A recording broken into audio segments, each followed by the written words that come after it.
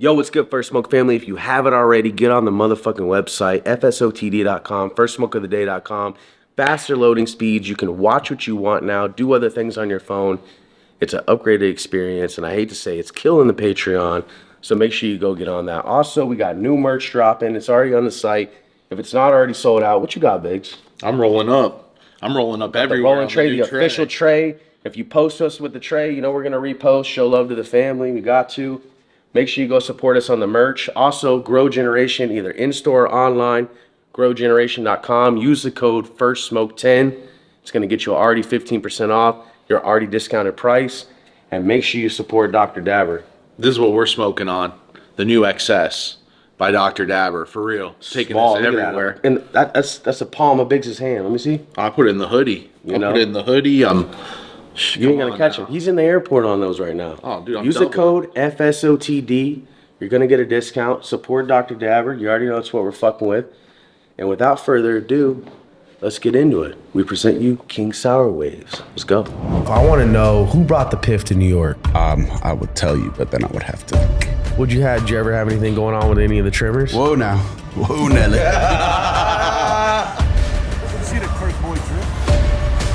This is the man that's been entertaining you man babies for free.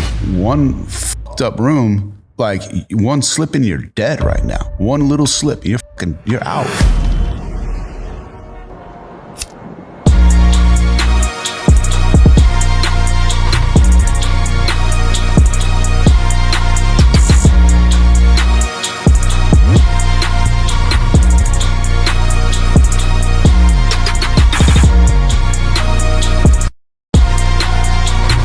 Yo, what's good, everybody? We're back. It's First Smoke of the Day, episode 86. We got a big one today. It's your boy Pack in the building. I'm here with my co-host, Biggs, a.k.a. Blackleaf. Riding the wave. Good, big dog? I'm riding the wave. Huh? You looking good, man? You been in the gym? I have been. Yeah. It's time to get a pop in 2023. Today, we got a super special guest, my man, King Sour Waves. Salute. How are you, bro? Good, brother. Good to have you. And now everybody knows this is the man that's been ruining your life with all the memes. This is the man that's been entertaining you man babies for free for the last however many years. Straight up. And put some respect on his name because he's more than a meme maker. I know, that's right. And I love the branding. I love your whole wave, if you will. And dude, it's just dope. It's dope to see, and it's been dope to get to know you and, you know, get to know the man behind the brand, and know that you're a genuine, funny guy. You're a family man and a good friend and a good person, good player in this game. Respect, bro. Appreciate the invite. You know what I mean? I've been wanting to come on here and talk my shit for quite some time. Straight up. You know what I mean? Straight up. Yeah. Nah, and you play the background well. Like you're, you know, ninja-like. I'm like kind of a private person. So to jump all the way out there, and like I did Mace's podcast and he used it as episode 1. Which was dope. You know what I mean? Shout out Big Mace. Shout out to Mace. That's my dog. You know what I mean? But I mean, shit, I'm honored to be here, bro. You got all the goats coming through. So it's a blessing to be here, bro. For real. Thank you guys. And now you will experience the FSOTD effect. Yes. Clips on clips on clips on clips. Love it. Get ready. Let's go. Let's get the content rolling. So start off, I want to know who brought the piff to New York. Big Sour Waves, bow. The Pilgrims. Fucking A. The Pilgrims, Christopher Columbus, 1892. Brought it over on a boat. That's right. You were there. I'm that old. Your grandpa was there. My great-great-great-grandpa brought the piff to New York. Damn, this is already going. It's already going south. We got to pick it back up. All right. Nah, all bullshit aside, humble beginnings. Like I said, you got an awesome brand. You just showed us a list of a bunch of shit you've been crossing, breeding. Yep. You're a grower. Yep. I like your swag. I like the way you brand. And everything correlates, man. You got a dope friend group. Everybody speaks very highly of you. My man Ryan, Doja Pack, went hard to say, yo, you need to put Sour Waves on there. Appreciate that, for real. You got a good group, man, a good circle. Man. So talk to us about every good story starts in the beginning, man. What's a young Sour Waves? What you got going on? Where you from? What were you into? I grew up skateboarding. I grew up around DC, Maryland side. And we grew up smoking brick weed. swag. This is 90s. This is Same. like, Yeah. you know, pillow dubs, they used to call it. It was half seeds. Nicks and shit. Yeah. Terrible, terrible smoke. I didn't get my hands on real weed until I want to say the year after I graduated high school. It was Baltimore grown by a woman. Shout out to Grace. And that's kind of, you know, my start in getting actual real weed. You know what I'm saying? In that time in my region, there was a few like key strains. You know what I mean? And yeah, man. I mean, back then it was highly illegal. You getting your door kicked in over somebody telling on you or whatever. You know what I mean? Just for a few zips. For nothing. You know? So what area was this in? DC. DC. Yes, sir. DMV boy. Yep. All right. Yep. Makes sense. Yep. You come from the paid in full era. Damn Out near. That's Damn a little near, right? before me, but yeah. Grew Yeah. up on that movie, at least. For sure. All those old drug All the dealer classics. movies. Yeah. Definitely. It influenced culture, man. It Yeah. definitely influenced a lot of, the youth. Absolutely did. I used to be super into graffiti as a kid. And I took it real serious. Used to go to New York every chance I could and go paint in the Bronx. And that's kind of what brought me to New York as a kid, like living over there and going back and forth between DC and New York. And that had a major impact on my life. You know what I mean? Graffiti. What was your handle? I would tell you, but then I would have to. Oh, man. You know. Can't give us? Nah, man. It's been so long. Crazy. You still tagging or what? Hasn't been that long. You still tagging? I mean, Don't put a spray can in his Yeah. hand. Hey, man, Some no might good get tagger tagged. is going to give you his handle. that's right. No one serious is gonna be like, yeah, I wrote this. Like, nah, dude. What's Yeah. the craziest thing you ever tagged? The craziest thing I ever tagged. Or the craziest thing you ever had to do to tag something? Oh man, rooftops, climb up shady, you know, awnings, and you know, obviously not doing shit like that no more.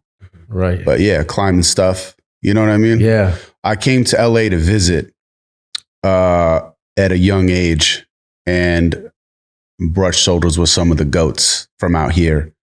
And I'm going to try to avoid dropping names on this podcast, because I think name dropping is one of the worst things that anybody can do on a podcast, unless you're the host. You know what I mean? Yeah. You have the right to do that.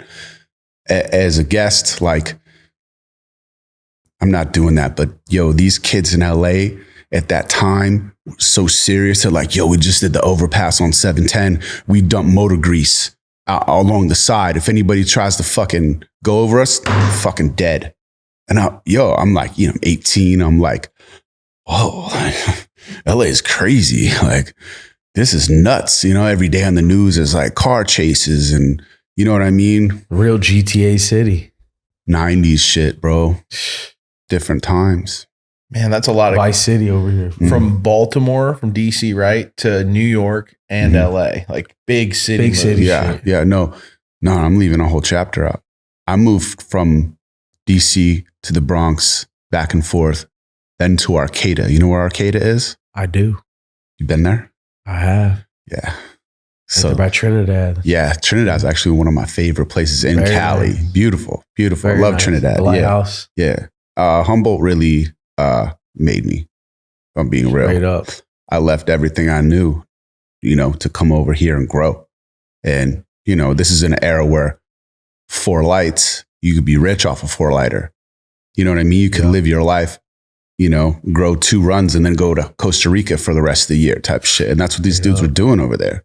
You know what I mean? Absolutely. Northern Humboldt, Southern Humboldt, different hemispheres, Yes, I agree. But I agree. I like Northern. I like them both for their reasons. Preferably. Yeah, I like them both for their reasons. But just as distinct as like NorCal and SoCal, Mm, or just No, different? no. I just think that for me, more north was just like beautiful up there. yeah, Where south is it's like more coastal. in the shit, in the Yeah. gritty, brown hillsides and more. It's more inland. It's more green up on the north side, you know, in my opinion. Yeah, Arcata was a college town. So you have a lot of people. So there's some life there. Passing through there all the Decent time. Food. Yeah. You know? Yeah. I mean, what year is this? Like how? 2000. Oh, wow. 2001. I moved out, got my first one light. Guess what strain I grew first? The Piff. Train wreck, the other Piff. You heard? Oh, the fake Piff. Yeah. Train wreck. The cat piss. Is that what they call it? I don't know. I think it was hazy. The real train wreck was hazy for sure. Mm-hmm. Yeah. Like a little Jackie. Mm-hmm. A little bit. Yeah. Yeah. How'd you wish they had it? 3/4. Back then it was the shit. Oh yeah. 3/4 of a pound off one light. Not bad. Beginner. Yeah. Yeah.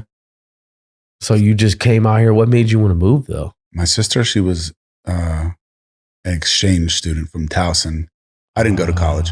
She did. She went to Towson and then followed some boyfriend out here to Arcata to do like a exchange kind of semester. She ended up staying and she was like, yo, you got to see this. And I did. And I was like, wow. And I knew a couple people out there. So I just was like, I didn't really know I was moving at the time, but I literally walked away from everything I know just to stay out here and grow and have 2 lights and 3 lights and 5 lights. And you know what I mean? Yep. Kind of then have 2 spots and you know what I mean? Single-ended days. The progression. Yep. Single-ended, organic. And this is all indoor? Yep. Until interesting that you came to Humboldt to do indoor. Most people. But in 2000, it's not that like unusual. I mean, those outdoor packs, they were there, but they were like 28 to 3. Yeah. And ins were like 36 to 42. My first packs, 38 for like, and they were garbage looking back. Big Bud, Salmon Creek Big Bud, Terpless, Boof. Terrible packs. 38. No problem. You know what I mean? Yeah, different times. You're making some people sick right now. Yeah. Reminiscing. Yeah. Oh, yeah. Yeah. I mean, what a year to be here, though. 2000. Yeah. You know, I'm fucking middle school, not even. I'm there. I am going to college at that time, like just about to go to college. Just makes you think, though. I should have been. What do you think your life would have been like if you would have just like beeline straight to Cali at 2000? I'd be doing, I mean, you would think like, I'd be like, I'd be doing some outdoor and indoor. I'll be maximizing whatever I can maximize. Did like being up there, did you think, I'm gonna get involved in a DEP or, you know, how people syndicate shit or Southern Humboldt at that time, very tight knit. You know, being an East Coaster, like it'd be one thing if I was, you know, shopping. Right. You know what I'm saying? Right. But even in that, like you had to do what they do. Yeah. Yeah. You had to be allowed to go to these places. And, you know, I also used to DJ a lot. So it kind of brought me in circles of growers and, you know what I mean? All this type of thing. So I eventually did go outside. But in this region of Humboldt, Northern Humboldt, maybe inland, like Neyland, these areas, maybe you could get some cool depths off. But like, you know, coastal parts. You had to be indoor. Yeah. Yeah. Yeah, the marine layer up there is insane. Yeah. You come out some days and you're just like, holy shit. You're in a cloud. You can see 3, 4, 5 feet in front of you. You're in a cloud and it's cold. Yeah. Instead of summer, it's cold as shit. It's consistent with that. Yeah. It doesn't really get and humid. Too hot. Like worst conditions for growing outside. Some of the worst. Mold. Yeah. You're getting mold. Yeah. So you come out here, you get 3/4 of a pound off a light, you're growing train wreck. What's going through your mind and shit? Are you like, yo, I'm about to be like, this is it. Like, I have friends disappearing back home. I have friends going to prison back home. I have friends getting shot back home. It wasn't cool. Like weed wasn't cool like that it is now. Not that it's even that cool anymore, but I'm saying like it wasn't, you know, it wasn't tolerated. You know what I mean? Like now I go to DC and I'm like, damn, this I-71 shit is crazy. Like you just like openly sell trees out of a shop. You know what I'm saying? Yeah. It's nuts. But it wasn't like that back then. It was very hush hush. It was very, you know, taboo. It was a lot of like activism to be like, legalize it. And then look at it. Look at that movement now. Yeah. Yeah. Crazy. But It was a culture shock, to say the least, to move out here, you know? And I mean, mind you, started coming to LA before I ever seen Humboldt. So going to Humboldt and then coming down to LA, like I still have the same friends from when I used to come down to LA from those times. Just with my boy the other night, same people that I fuck with from back then. You know what I'm saying? So to have that perspective and to look at California as like one big place, because mind you, where we're from, the whole coast is like how many different states? Yeah, sure. You know what I mean? Over here, you got Cali, Oregon, Washington. That's it, right? So to look at Cali as like one thing and one entity, I felt like made sense. Yeah, it made sense. And that was a unique perspective because not everybody did look at it like that. People just moved to their one little spot and stay there. I was trying to be everywhere here.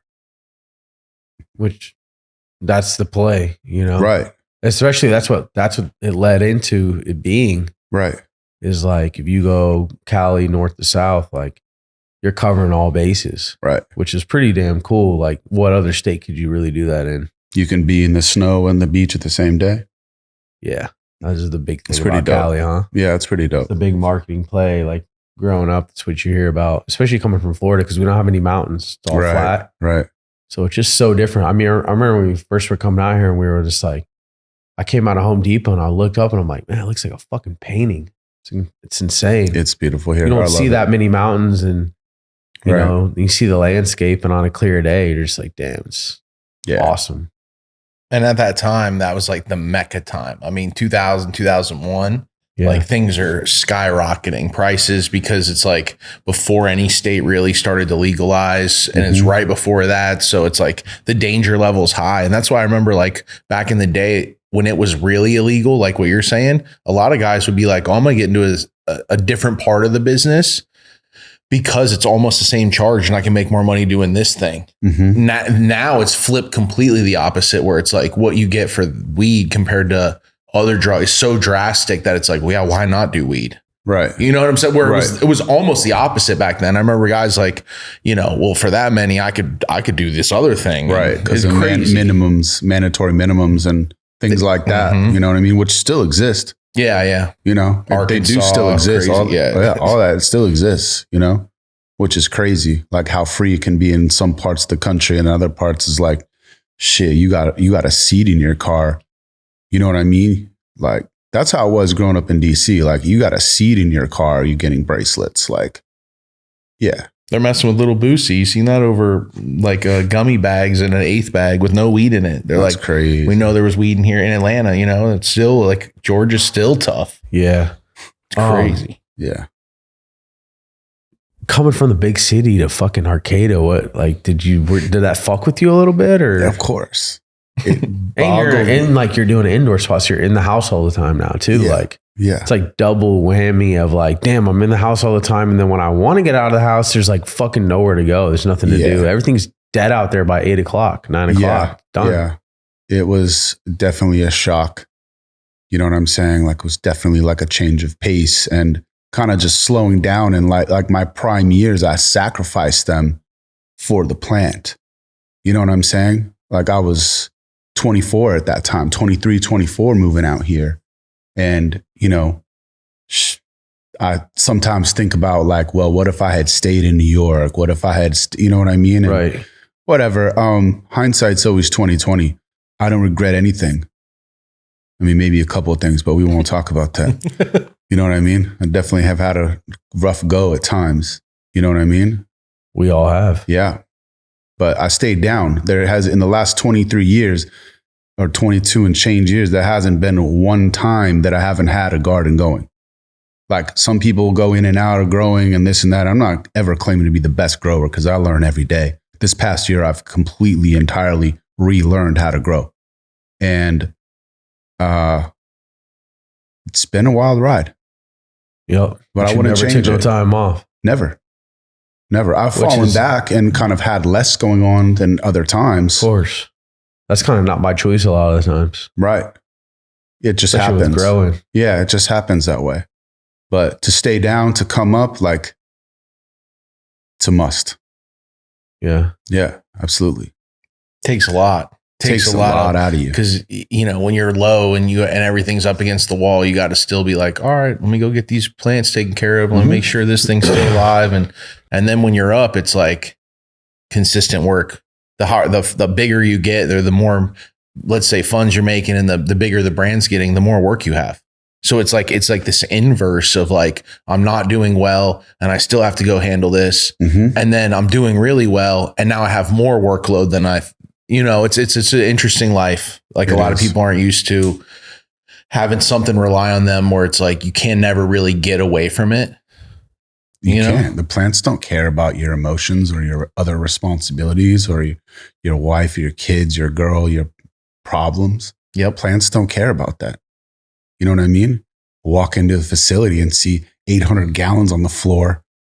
You're like, yo, these plants need water now. How do I facilitate this? And your tank is dry because it just dumped all over the floor. That was my Sunday. Pretty fire. Oof. Handled it though. Yeah. Myself. Good 6 hours. I waited for enough water to be able to, basically schlep these plants one day. And they're in bulk mode. That's like day 28 maybe. You can't miss a watering. One watering in that phase, you're fucked. You know what I mean? Your yield is toast. So I waited for enough water, shuttled it over, mixed the batch tank by hand, pH'd it. And I mean, it's Sunday, everything's closed. Called one of my boys, I told him the problem. He's like, yeah. He laughed at me. He's like, yeah, you need a new pump head. You know, the liter pumps and then the red brain on top. It had stayed on and completely blew the threads out of the base of the pump. So the 200 batch tank on the floor. And then of course it stays on and keeps filling and draining, 500 gallons here. You know what I'm saying? And then whatever is it's filling as it's draining. So who knows? I mean, 700-800 gallons is a speculation. Could have been more than that. But whatever, trials and tribulations. Do a little plumbing work, a little darkroom plumbing with the headlamp on. The hill taught me good. Always keep a headlamp. You know what I mean? Because you never know what you might need to do at night. Right? Always keep the headlamp. It's crazy the things that pop up. You become a plumber, electrician, part-time electrician, a fix-it, a handyman. Janitor. Definitely a janitor. Exterminator. Yep. And then you can grow. And once you get the bugs off the plant, then they'll grow for you. Yeah, it's crazy to defeat every bug in the Los Angeles region. That's crazy. Especially if they're given to you on some clones or a strain that you thought was a blessing, and then it turned out to be a curse. Yeah, it's an interesting one. It's a lot of lessons. It's a good 10 to 15 years. When young growers bring it up all the time, I say, get with a guy you look up to and try to absorb all the knowledge, because you can get through 2-3 years. It'll fast forward you 10 years, you know, but did you have someone like that back then that you could kind of lean on and ask questions to when you were coming up? So I always made this reference that, like, if you wanted to really learn how to grow in Humboldt, you could just go to the Arcata Square and talk to one of those bum kids about it, and they'll put you on game. Right? Because it was one of the wooks. One of the wooks. The dusty They're wooks. out there. They're out there. They're still there. They live there.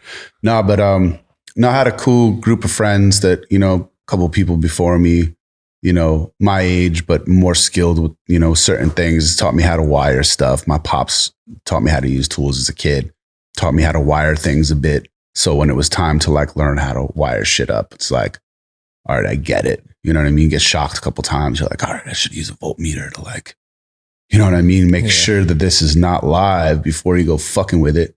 You know what I mean? But I never really had a mentor type. I definitely had a lot of people put me on game, you know what I mean? And either my age, maybe a little older, younger. Now I learned so much from everybody, even younger people. You know what I mean? A lot of, I'll be like, hey, what is this problem? And, it's a lot of times older people, I feel like, can't learn anything from younger people out of ego and out of just, you know what I mean? Being ignorant and hard-headed and be like, what's this? Stubborn. Yeah. You know what I mean? Thankfully, I'm not that way.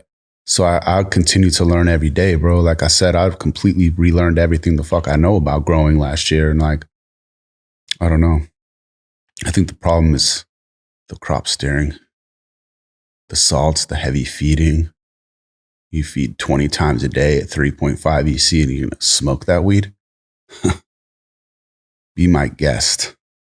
There's a reason why it only costs fill in the blank with the price, cheap price. There's a reason why. You know what I mean? There's a reason why it only lasts maybe 4 weeks in the bag before it starts browning out, because it's full of fucking salt, man.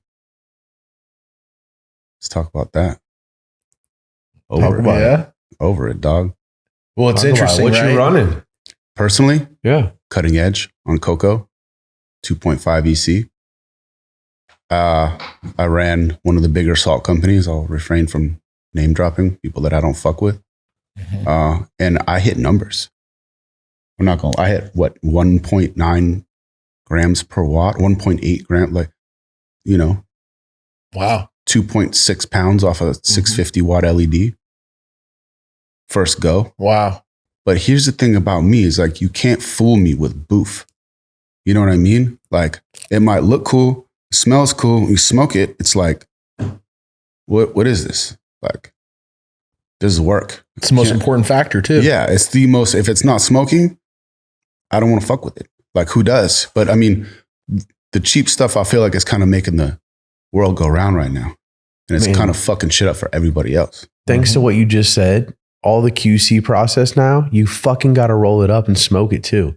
Yeah. Before you didn't have to do that. Yeah. Because if it looked good and smelled good, it was going to taste it was good. Yeah. Now you got to smoke the shit and be like, oh, fuck, dude. Like, my throat hurts. Or damn, yeah, I can taste it. Right. Crazy. The full synthetic shit's crazy.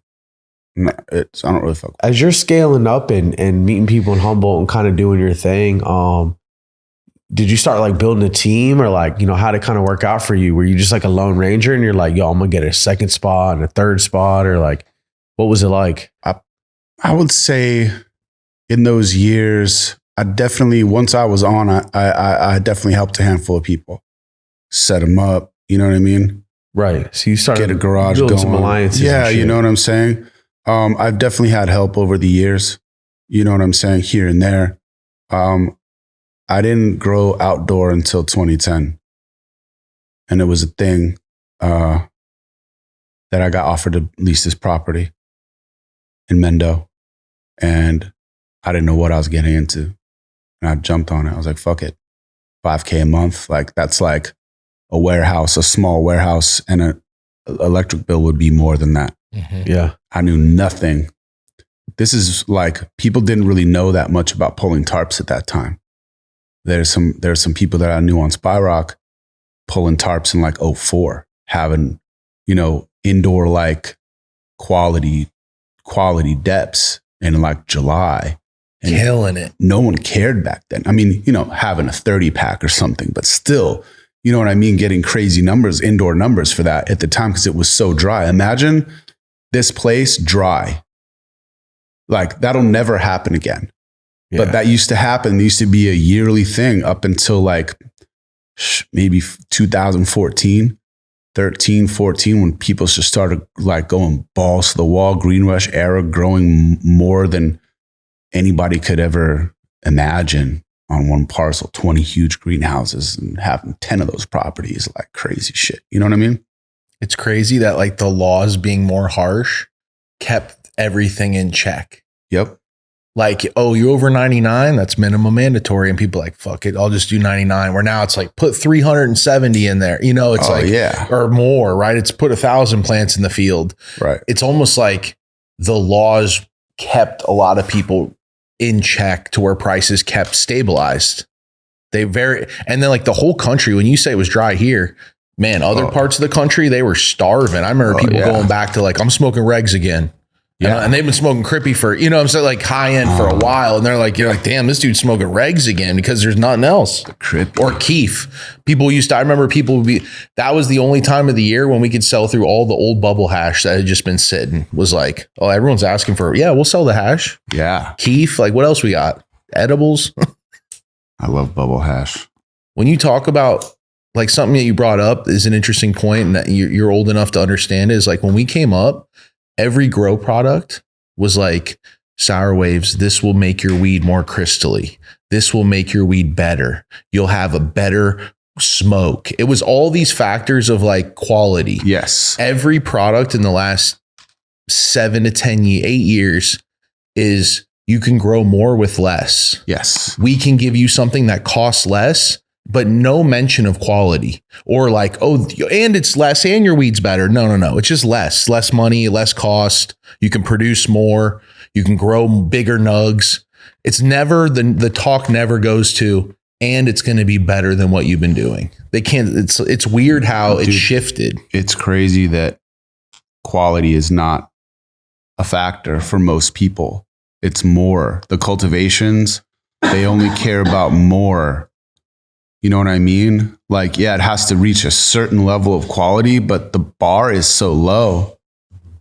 That's the problem with this crop steering situation, is that it's the cultivation only really cares about more, because in their minds they're like, well, I can't get over, 1,200 for anything. Well, why is that? Why is that? And I get scale. Like, I understand that, like, I'm not trying to say anything bad about anybody's hustle, because there's a place for everybody.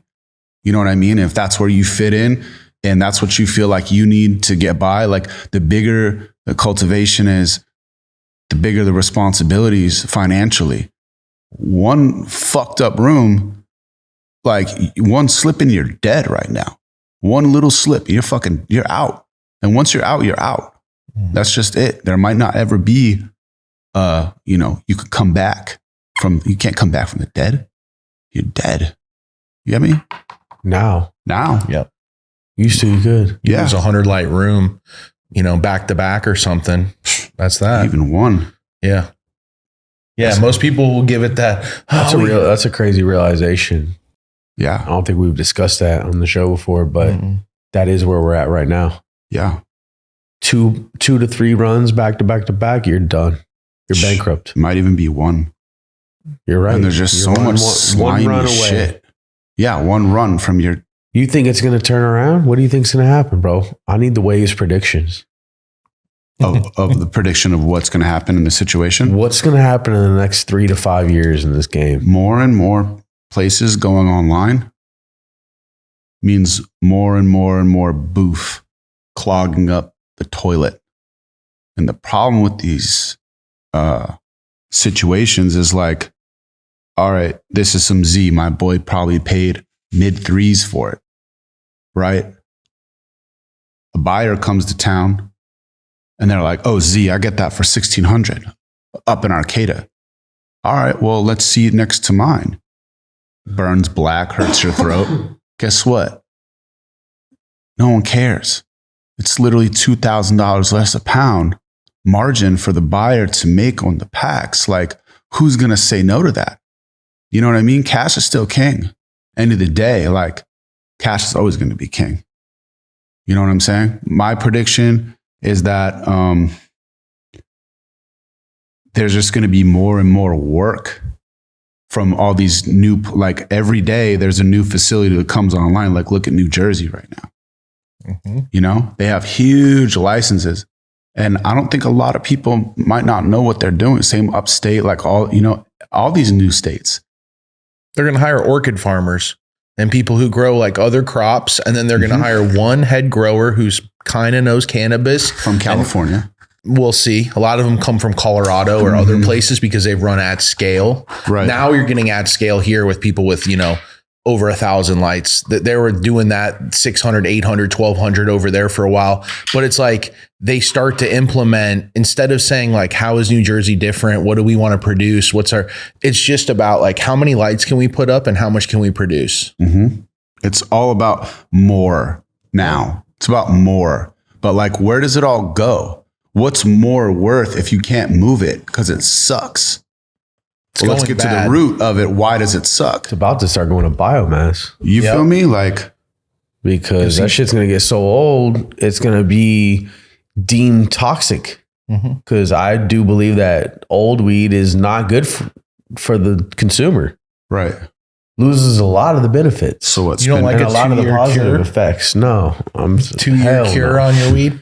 You know, last year's outs, last year's outs. Yeah, there's still last year's out sitting that people can't move.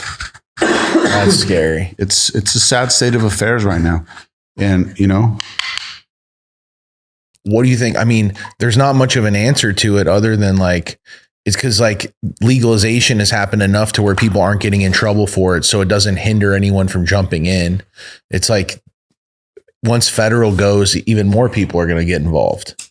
Oh, I think my prediction is when it goes federal, it's not just going to be like it's okay for everybody to grow now. You know what I mean? Like I've heard some friends of mine be like, well, it should be like this and it should be like that. Well, guess what? It's not going to be like that. It's going to be like unlicensed cannabis is equated to tax evasion because now it's a taxed product, a highly taxed product. But I mean, look at alcohol. You can have a home distillery and nobody cares. But right? You have to produce under a certain amount. Right. And once you start going over it, you got to be licensed, you got to pay the tax, and you got to, it's just like prohibition, dude. This business is too new. The regulation in it is too new for anything really to happen. You know what I mean? And quite frankly, I think the powers that be are probably making more money off of things being illegal and civil forfeiture and huge sentences and, everybody making money off of, putting people into prison, then saying, okay, well, this does expand people's consciousness and it is a medicine. We don't even acknowledge this as a medicine yet. Like, oh, so-and-so got a grant to research this and this and that. Yo, you haven't researched it enough yet. You haven't seen the videos of little kids having seizures and they get a little bit of CBD on their tongue and they stop having a seizure. Like, what more do you need? You know what I'm saying? We're living in some weird times, bro. Changing times. So my prediction is like more boof. The people that associate themselves with quality and really strive for it, I think will have a seat at the table. You know what I mean? Even as rough as it's going to be to even sustain and stay at the table. Quality, I think, over quantity and, just educating the consumer, like look at New York right now.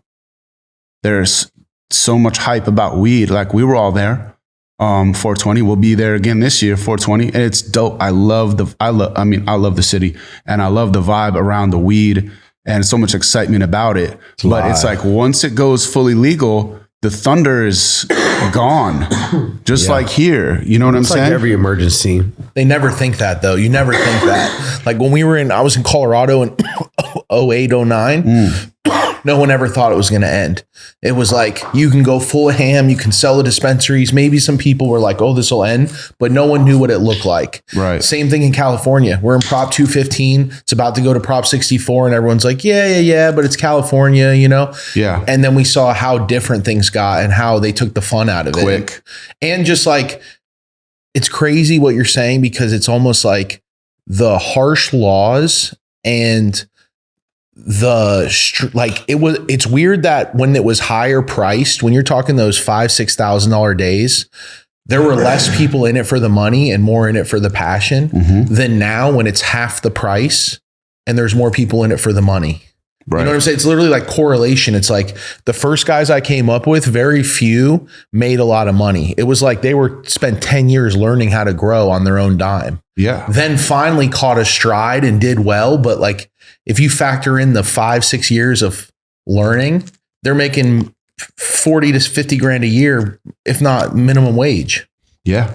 And so it's like, now we fast forward, there's more money than ever getting dumped in cannabis. And there's more people in it that care less about cannabis or don't smoke it, that are involved in the business. It's very weird how it's like shifted the same with the way everything else went. It's crazy.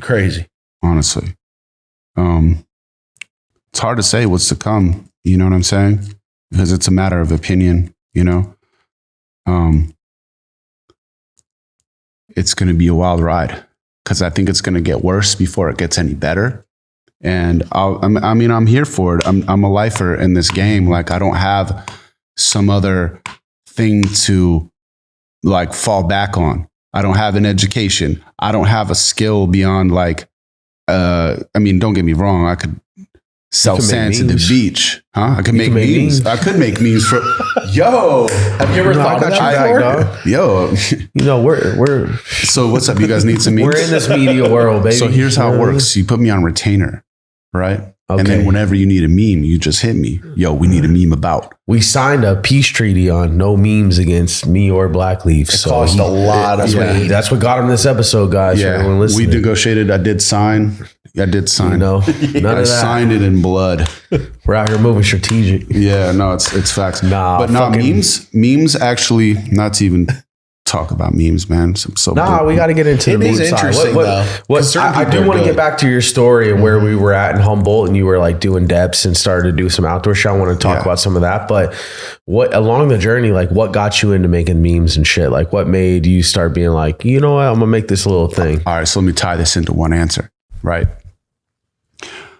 2010, I started pulling tarps and doing everything myself, and then the team grows. Like you asked me if I had a team. Yeah, I had a team.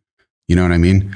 And the team Did you guys have a brand or a name at the time or no? Okay. Yo, in my era, you would never think about putting your name on a bag so they could trace it back. That was you wear gloves when you handle packs and money. That's the era that I come from, right? You're not putting your name on a bag. That's crazy. That's the craziest idea you could ever tell the old Sour Waves, aka before the Sour Waves era. People are going to know you not for the literal tons of mid that you grew, but for about pictures and words on the internet. That's how you motherfuckers know me, from putting pictures and words. Crazy. But anyway, to answer your question, the team grows, and then you start having to think for teams of 50 people at a time. Gets stressful. If you're the person that's facilitating the entire situation, I never had nobody telling me, helping me, none of that shit. Like, this was my thing. I built it to what it was. So having to think for teams of 50 people, it gets frustrating. Yo, you going to town today? Can you get me some IPAs and some spirits, American spirits, a pouch? I need the pouch, bro. Can you get me the pouch? Like, what? So you can smoke your finger hash, bro. God, we know all about. Can I also keep all the gloves that I trim with? Can I keep the tips of the gloves? Yeah. Like, yo, we're gonna be searching your bags upon departure. Put the blue tarp out and just empty their shit. And then you see them all run back to the tents. Like, yo, how much small is yo trying to steal off my mountain, motherfucker? Like, just ask, dude. We have so much weed. Just ask. You can have it. Take that rubber glove worth of smalls on your travels, brother. It's all good. Mm-hmm. You know what I mean? So anyway. So you were strip searching them? Never that. Never that. I mean, so if you're gonna do all that for some smalls, you can keep them. I see you can keep those smalls. I don't want to smell you, brother. I do not want to smell you. You know what I mean? And take that shit off my hill. No, it's good to always keep the blessing going. The days were different, but I know one thing's still the same. And I see all the trimmer memes that you got on that. I mean, did you ever have anything going on with any of the trimmers? Whoa, Nelly. No, maybe once, but the humor comes from somewhere. It does. It's reality. Well, that's the thing. So the actual page was kind of born out of frustration of like having to think for 50 people, and then I saw this page one day, and I think I probably stayed on that page for like 30 minutes just laughing. And I had no idea who any of these people were, maybe like one or two of them. But I was like, this is the funniest shit I've ever seen in my life. And it really influenced me. That page was Extract Artist, the magazine. A lot of people refer to him as like the meme OG. Before me, he was up there. And he actually helped co-write my first fire meme, which I'll refrain from saying names because, again, we're not doing that. But it had some people really upset.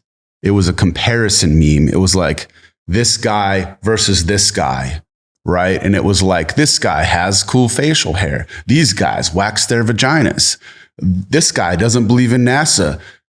These guys chill with Lil Mayo. Like, yo, would you want to chill with Lil Mayo? I would. I fuck with Lil Mayo. Like, yo, fuck these other guys. You know what I mean? But it was kind of like the quintessential organic versus Salt Boy kind of rivalry. That was my first fire meme, and I watermarked to see. Is the one thing that I took from graffiti. It's like getting that name up, right? Whether you're on a bus and you walk that bus route and you just get up that whole route so everybody sees your name. It's the same thing on the internet. You watermark. I got so many people. Oh, you stole my meme. Oh, yo, watermark your shit. It's real simple. You just put your name on it. And if somebody's going to wipe it and steal it and whatever, make them go and do that. I mean, people saw the watermark and were like, who the fuck is Sour Waves? And one of the dudes the meme was about jumped all the way on my page, found my wife's page, who had a photo of me. And I told her, I said, yo, no pictures, please. Like, do not put me online. You know what I mean? I was very protective of my identity for a lot of years. Mm-hmm. And he sent me the picture and he's like, look at you talking all that shit, looking like a beat up, washed up old cop. I fucking cried. I was like, dude, first of all, nobody hates you, brother. Like, I do this shit too. Like, laugh at the joke and move along, motherfucker. Like, it's not that serious. Yeah. But some people really, some people really take the internet shit super, super serious. Who was that first meme about, man? Who was it? Man, tell us. Nah, it's irrelevant at this point. It's so many years ago. You know what I mean? We know who they are. Let's just say they've been on your podcast. One of the parties. Oh man, you know what I mean? Not some of the family. No, but it's love. We've spoken since then. It's you were trying to have a good sense of humor, which if anyone gets to know you, you're really like that. Yeah, you really do. I'll fry you to your face, and you also say random shit. Like sometimes awkwardly, and it's funny. Right. So it's a different sense of humor. It's a dry humor almost. Right. But some of the memes, I mean, they do take off, and it's like not up to you though. That's the funny part. It's the people's decision if they share it and fucking send it to everybody. If it goes or not, you know, like I can spend way too much time like nerding out on my phone. I do everything on the phone and nerd out and make this like crazy meme that is like, if I think it's funny, guess what? I don't give a fuck if anybody else thinks it's funny. I thought it was funny, right? Because at the end of the day, memes is a community service. If I'm entertaining people through these fucked up times and making them laugh, sometimes, you know, mentally speaking, and I know this from experience, I'll be having a fucked up day. Some shit will be going on, whatever it is. I'll be in a bad mood. I look at a meme and I'll fall out of my chair laughing, and it lets these little endorphins out of my head. Yeah. And you feel better, right? So it's a thankless job, brother. It's a thankless job. You're all fucking welcome. You heard? Yo, what up? It's Blackleaf. I'm here at Grow Generation, and guess what? Drip Hydro's storming the market. All the best growers I know are switching to it, and guess what? There's a reason, because it's preserving terps. I keep hearing that, preserving terps, and that's why we're here with Sunshine, facility advisor, facility manager, overall the man with Drip Hydro. Listen to why it's different, man. What's going on, guys? Sonny here with Drip Hydro. Thing is, at the end of the day, we just wanted to make a simple, clean, cost-effective nutrient line that nobody is really seen on the market right now. Nobody uses really our chelation formulas. The micronutrients that we have pulled to make this line is really just what makes it overall, bringing that consistency and quality back to what we want to see in growing herb again. And overall, at the end of the day, it's still really light on your wallet. It's a 5-part nutrient line. And again, if you're not staying sterile, or you have a big facility and you don't want to run rock wool and you want to run a mix of cocoa with an enzyme or something, you don't even have to run flow with it. So at the end of the day, it's just saving you money on your wallet while bringing the consistency and the quality of terps back. We wanted to bring the terps back and bring the soul back to growing. Versatility, cost effective, and quality. I mean, what else can you ask for? Drip Hydro, first smoke of the day, Blackleaf approved. Peace. Yo, we're right here downtown LA at the Grow Generation, where the pros go to grow. And if you didn't already know, whether you come in store like us or you go shop online, growgeneration.com, use the code FIRSTSMOKE10. Make sure you come check it out. Come check out the Drip Hydro and everything else. We appreciate you guys. You already know. Get inside. Yo, what's up, First Smoke family? Want to take a second to remind you guys we appreciate your support for hopping on the Patreon. It's patreon.com/fsotd. We got brand new shows that have been hitting. They're exclusive to Patreon. You won't see them anywhere else. Make sure you get on Patreon, support the show, join the family. We got in-person events and much, much, much more. This is a real community and we show a lot of love. And also shout out to Dr. Dabber. We got a lot of things we're about to unveil, a lot of things we're about to roll out. Go get you an excess. That's what me and Biggs are smoking on. We're smoking that excess, Dr. Dabber excess, and use code FSOTD for 15% off, drdabber.com. We appreciate you guys. Peace. Dude, it is a community service. I like how you said that. Yeah, it is. And I try to do it out of good nature. You do. You know, it's like, you're not like a punk. You're not like a dude that's like, oh, fuck, man. No, we try not to deal with that or have any people like that on the show because, like, you know, it's an issue. You know, I've grown, I've learned, I've definitely I've been in my fair share of a little internet we all nonsense. Do. As men, we all do. Yeah, and some of us sooner than later.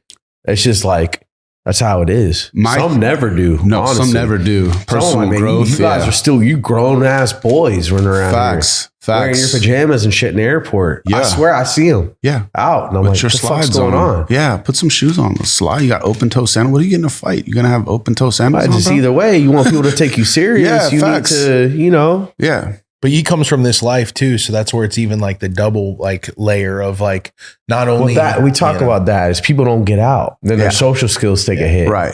Because that's the grow life. It's the grow and life. It is the trap life too. Because that's not a social. That's not an environment where you thrive with social skills either. Right. A lot of people are real hardened, trying to act tough, don't say much, hold back.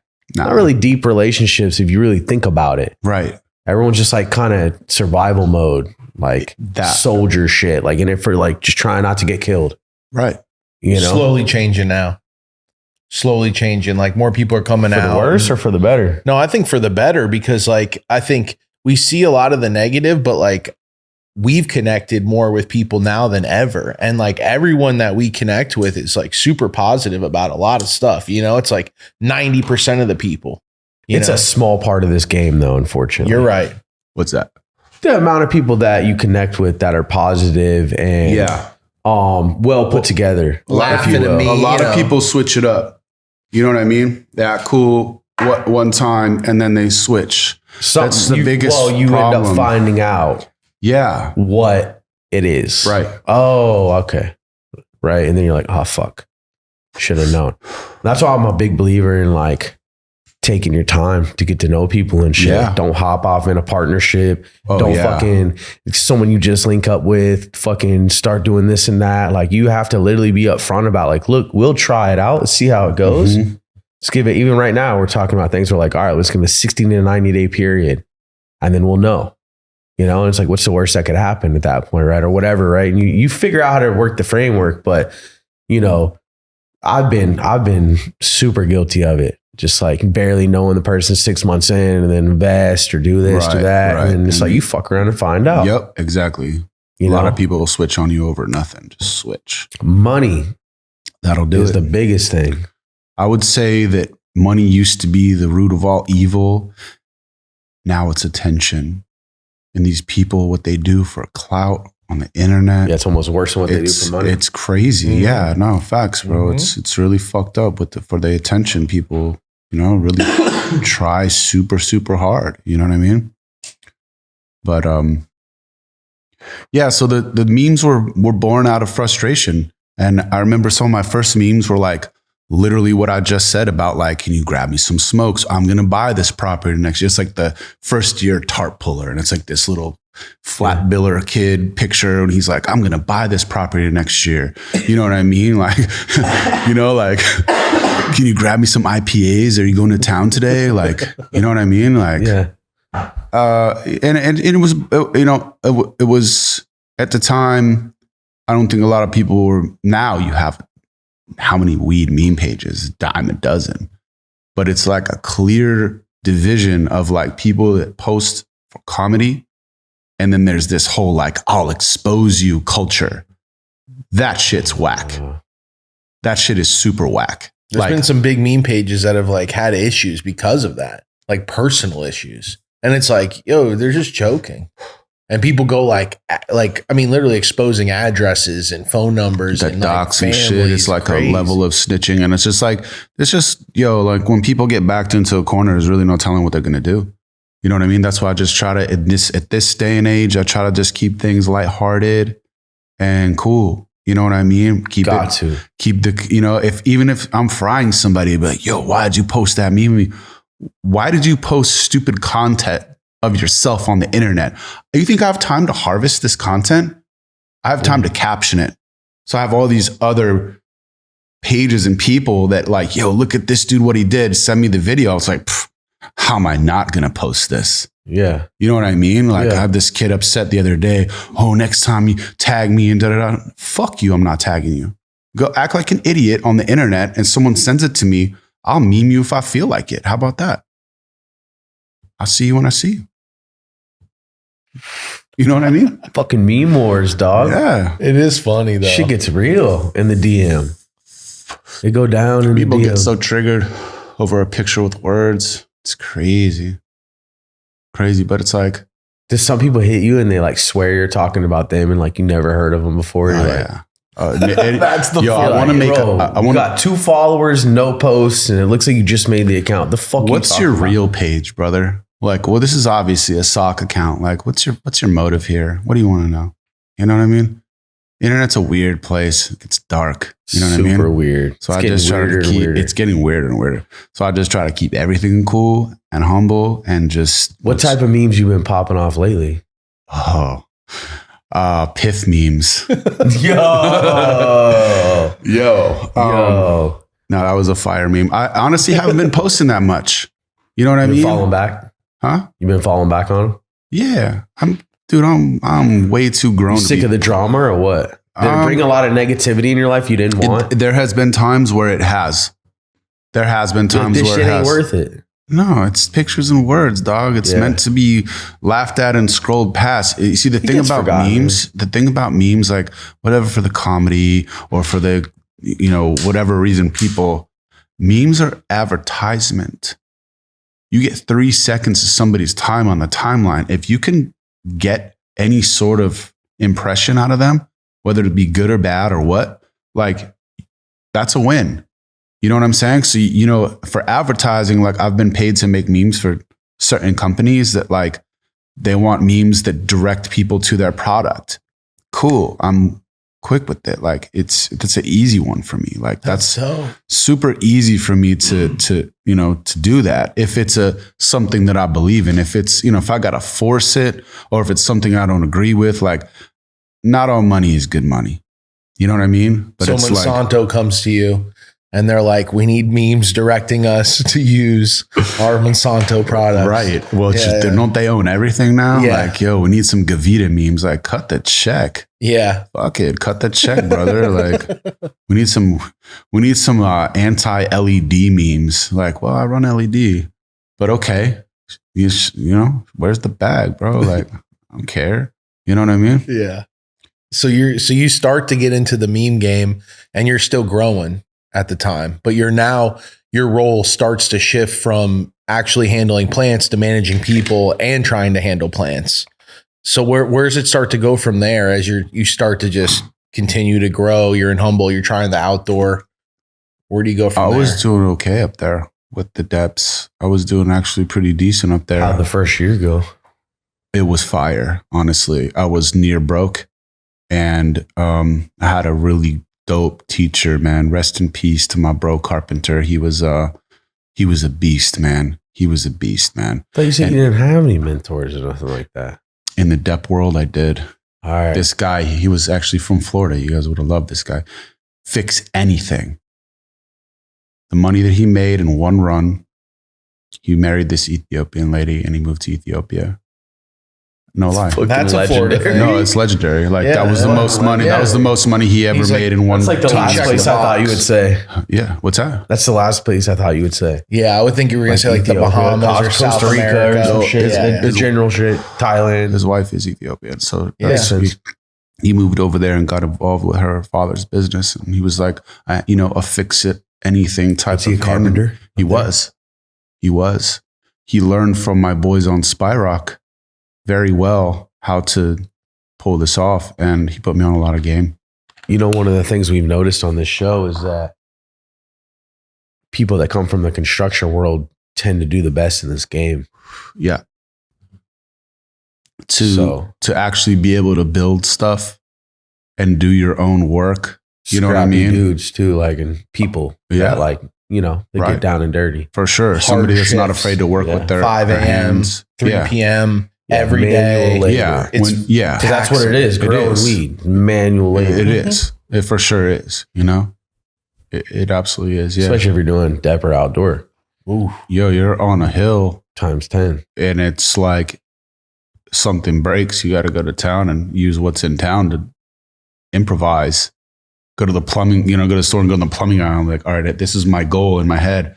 But there's 3, 4, 5 different ways to make that happen. And you got to figure out which little pieces are going to fit into what to bust it down to a 3/4, then back to what. You might just have to improvise and do some, wonky ass shit just to be able to have water to that bed that day or what have you. You know what I mean? So, critical thinking taught me a lot. Critical thinking and problem solving. Real life problem solving, and you think about it, like when people talk about growing nowadays, they're like, oh, whatever.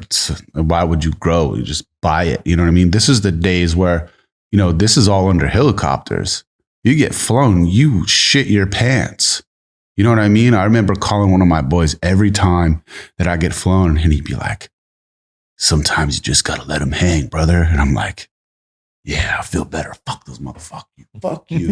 You know what I mean? But they're there and they're whipping around trying to blow your greenhouse covers off. And you know what I mean? Like, crazy shit. You're like, why am I getting flown? Why did they beeline to me, circle 4 times, tilted with a fucking cameraman out the side, and then beeline away? Guess what? I'm going to stay in town tonight. And tomorrow, I'm going to do all my work for tomorrow morning tonight.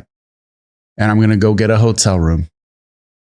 And then I'm going to come back around noon. And by that time, all the neighbors will tell you, you know what I mean? You'll know if your shit got raped and pillaged. You know what I mean? But, it was an era where they're just going to chop the plants.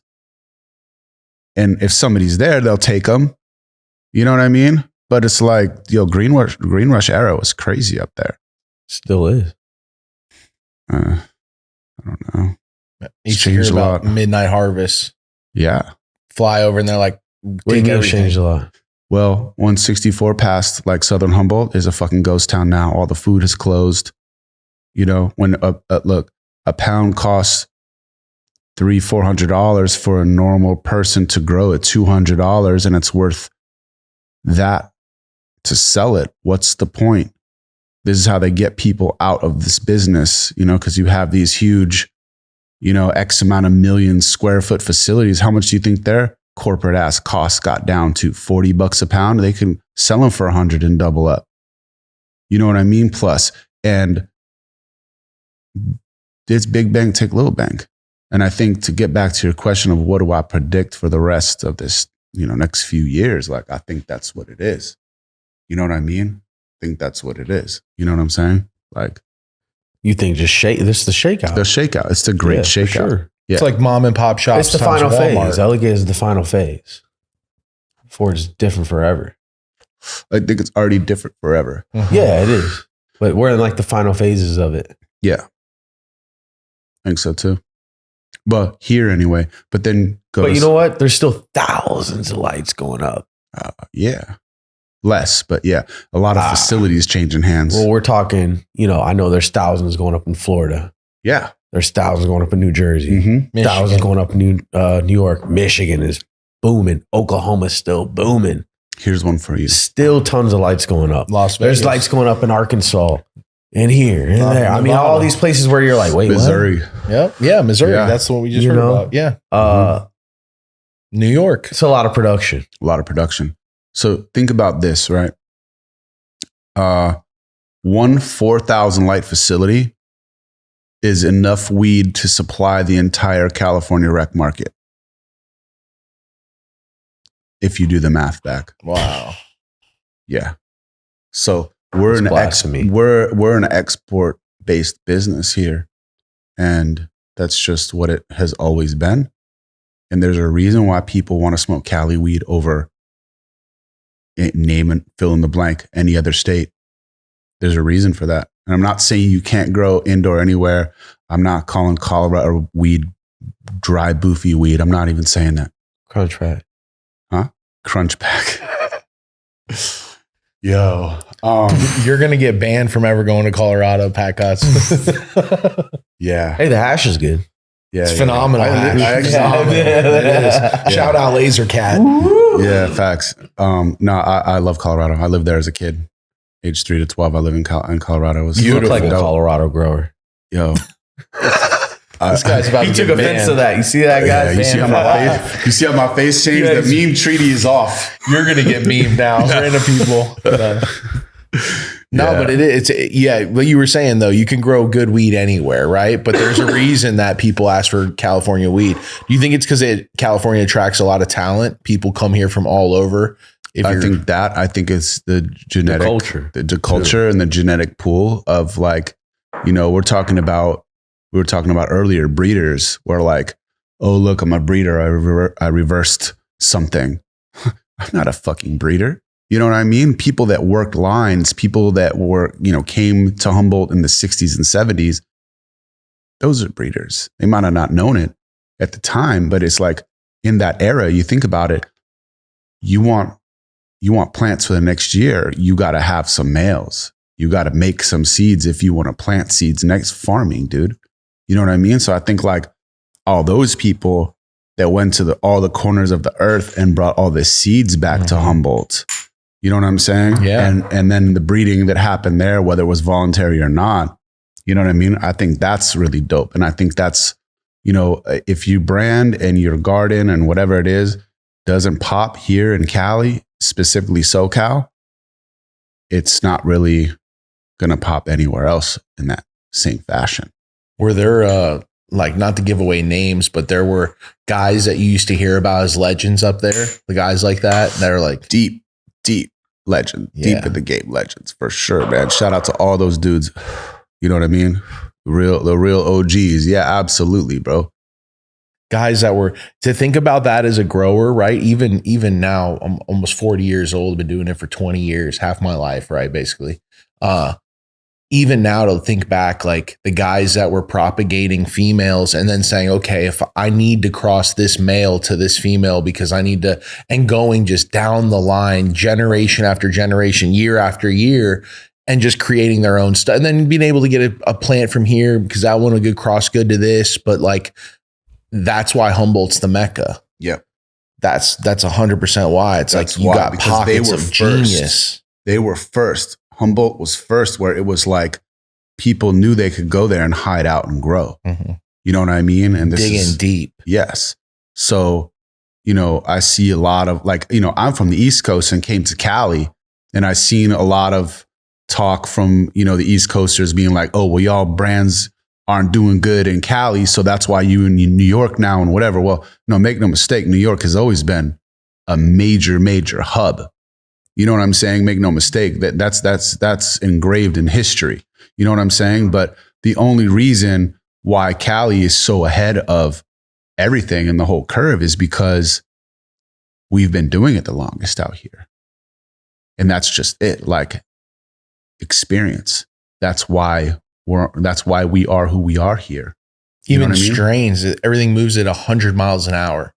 We'll have gone through 4 reiterations of some of the biggest strains that everyone's talking about. And then I'll talk to people random and they're like, which one? Yeah. I'm like, oh, that was a year ago. Right. That's been gone. Right. Now we're on this. I noticed that. And that one's dead. And they're like, just hearing about stuff from 3 years ago. They're like, I'm looking for that cut, or that's the one they're growing. It's right. Interesting because we're from the East Coast originally too. And I always was wondering how big of a disconnect the West Coast had from the East Coast as far as like strains, growing, how to scale. Because like coming from the East Coast, very few people have warehouses. Right. Out here, it's very common. If you have a warehouse, you're a grower. Mm-hmm. That would never happen. The fire marshal be coming through. Like there would be some problems, right? It was very difficult to make happen. Yeah. Here, it's literally almost commonplace. If you're a scaled grower, you've been doing it over 5 to 10 years, you have a warehouse. Yeah. So different. It's super different. Like, out there, it's also different in value. It's like traditionally speaking, if you have a 8 lighter in the East Coast, like you're doing really well. Yeah. You know what I mean? But yeah, the warehouse game's crazy out here. It's just, it's just kind of blown out. Like the game is blown out. Mm-hmm. So like we have this like ripple effect of like everything that's taking place and happening. And, how long is that going to be, valid for like a strain? Like how long is this strain going to be the one until the next one comes along? And, that's the most interesting thing about the game, I feel like, is that we don't get to decide. Like, sure, some of the GOATs in the game, they have a lot more influence and power. But at the end of the day, like if you got one dude just being like, yo, this is the shit, people smoke it and don't like it, guess what? You can say whatever you want, bro. Like, I don't get to decide if any of those seeds become winners.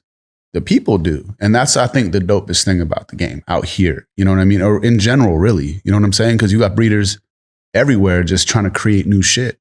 But I feel like everything old is new again and will continue in that trend. Like people miss, certain stuff from yesteryear.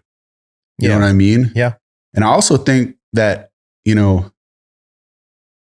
to some effect, all the different terp profiles that you can get, expressions of the plant, it's like, it's been done. A lot of it's been like to get some weed that does it and you smoke it, that's like this cross, this new cross from so-and-so, you burn it, you're like, yo, you know what this reminds me of? Sensi Star from 2002. Who remembers that? Not many people. You know what I mean? But it's just like, how many times have you looked at a bag or a jar and be like, yo, what is this? I know this smell. Because, the senses, the smell triggers memory. So you remember like, yo, I remember this fucking smell. What is this shit? Oh, I can't tell you. That's the whatever it is. You know what I mean? New strain name. I miss some of the originals. Me too. If we knew what we know now, right? And it's like, I just don't know. Did we stop the cycle of loss? Or in 10 years from now, we're going to be looking back on the strains we're smoking now. Like, bro, remember the Surebanger, bro?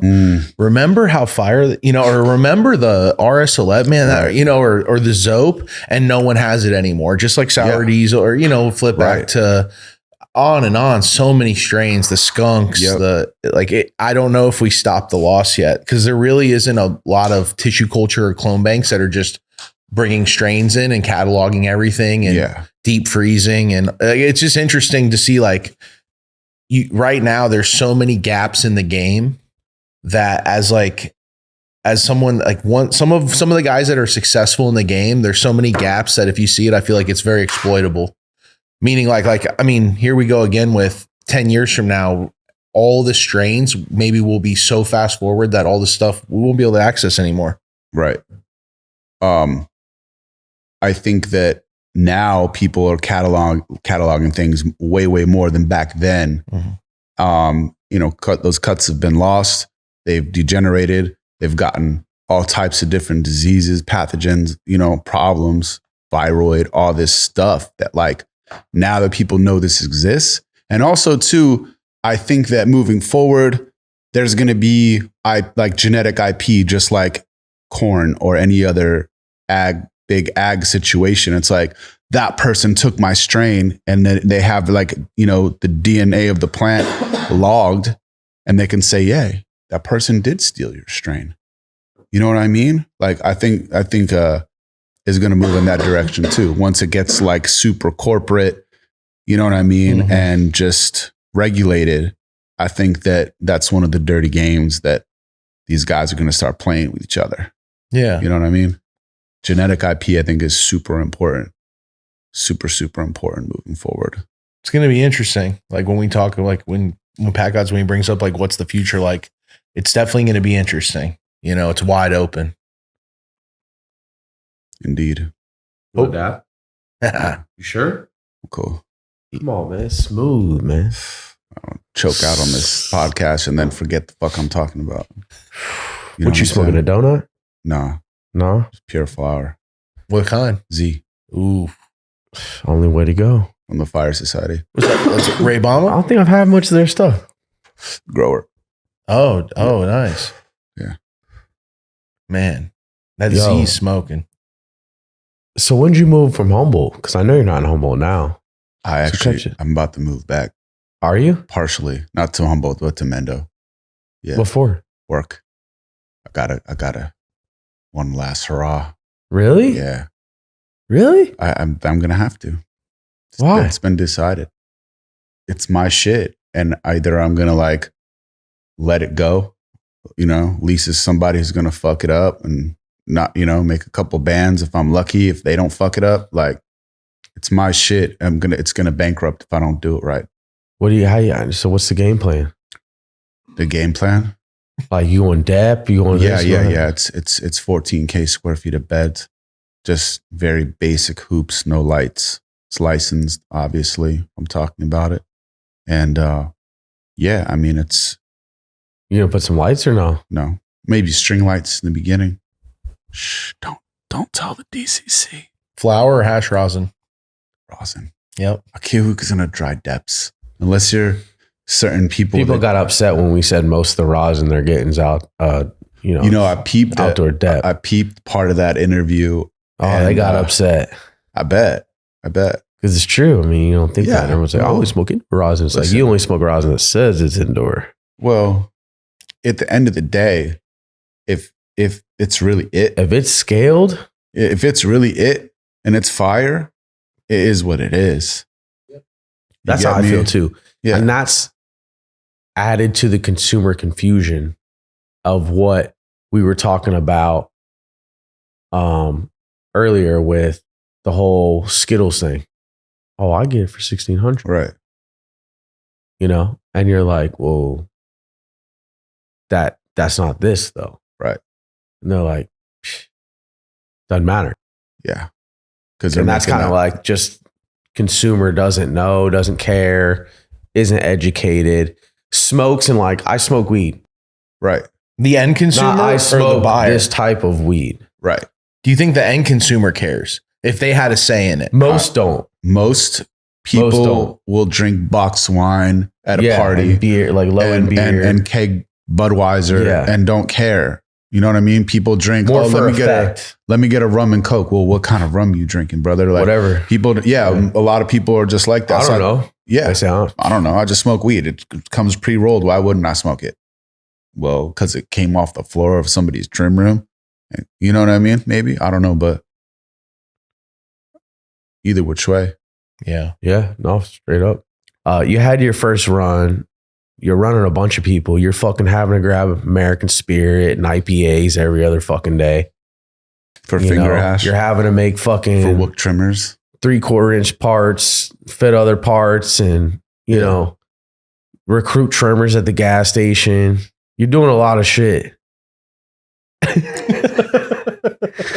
When did it switch up though? When did it switch up? You're like, man, I'm gonna go try some indoor shit. And like, what you could do? Go around the bay? I mean, I grew indoor first. Make no mistake. Right. But yeah, I was during all these years. I mean, I would always go to the bay. Got it. And here, but during those years, probably the bay more. It's closer. It's closer. And you know, have a spot in the bay, and then you know, go up there, work the season, and come back down and live in civilization. You know what I mean? Yep. I'm a city person end of the day. But yeah, I spent a lot of time in the Bay, Oakland, Frisco, Berkeley a little bit. Is that where you started meeting North a lot Bay. of the players you know and fuck with now? Or probably, yeah. Getting a part of the scene a little more? Yeah.